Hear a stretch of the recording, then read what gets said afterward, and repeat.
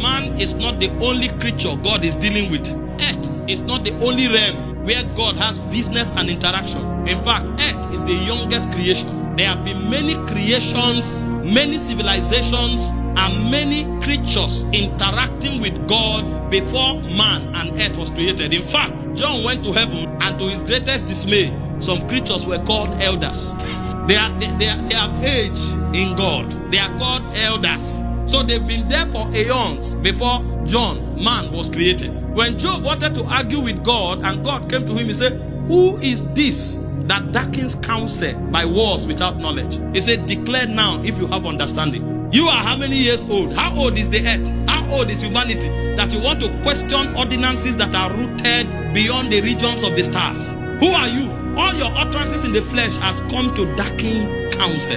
And when he went to verse 7 of that scripture, he said, "Where were you when the foundation of the earth was created? When the sons of the morning sang for joy?" So there are creatures who are older than earth. When earth was being created, they were worshiping God. That also goes to tell you that worship is older than time. So if you are in time and you are not worshiping, you don't know the forces that keep the balances of creation. You don't know those forces.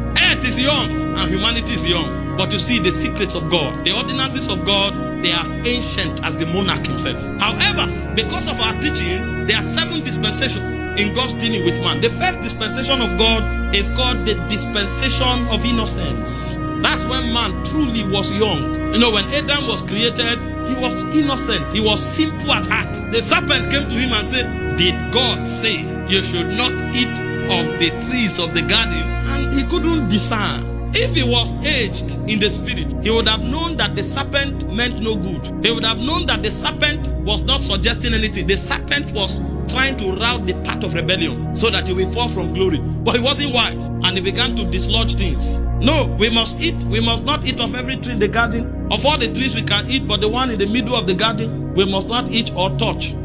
They didn't tell you to announce it. They gave it to you as a code of existence. But he didn't know that the serpent was older than him. And the serpent told him, "No, you will not die." "What do you mean die? You came from God. How can you die?" The serpent told him, "You will become as wise as God." And God knows. That's why God is hiding it from you. This is to suggest to this man that there has been a politics going on before I came here. Why is this being accusing God when he has no challenge with God? But the guy was innocent. His heart was simple. And so he fell to the deception of the devil. And so the first dealing of God with humankind and the dispensation is called the dispensation of innocence. So that dispensation is between the time of creation and the time of the fall of man. Then, after man fell, another dispensation was activated. So God began to deal with man based on his conscience. Anything the man thinks is right, because there's a moral law that God planted in the soul of man. So without even having a law, the man knows intrinsically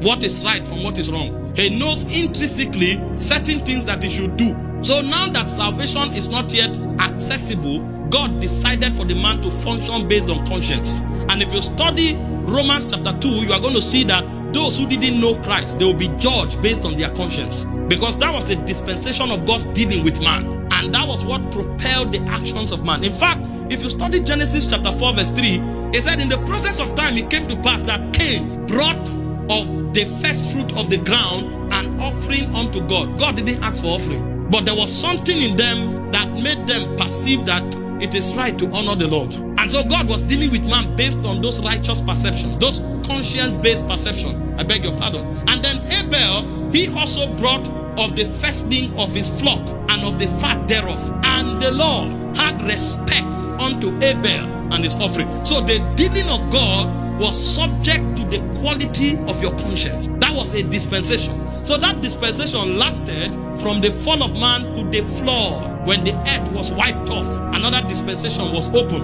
And so God saw that conscience will no longer work. At this point, earth had become evil, and man wants to test independence. So God allowed man to establish his own government. And so the third dispensation that came became the dispensation of human government.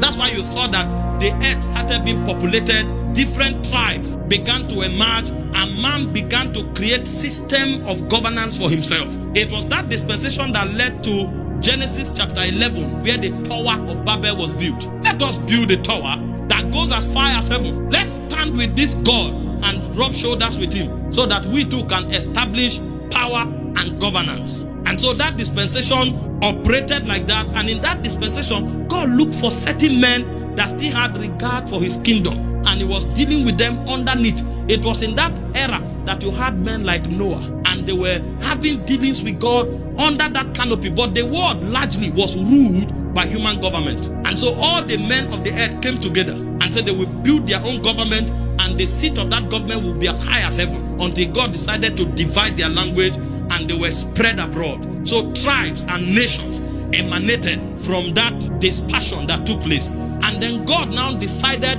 among the many tribes across the earth, he will start another unique relationship with man. So he called a tribe for himself, beginning with Abraham. So it activated another dispensation called the dispensation of the promises of God. So in Genesis chapter 12 from verse 1, you see that God called Abraham out of the many tribes that were establishing their own empires and their own government. So this was no longer God's affair.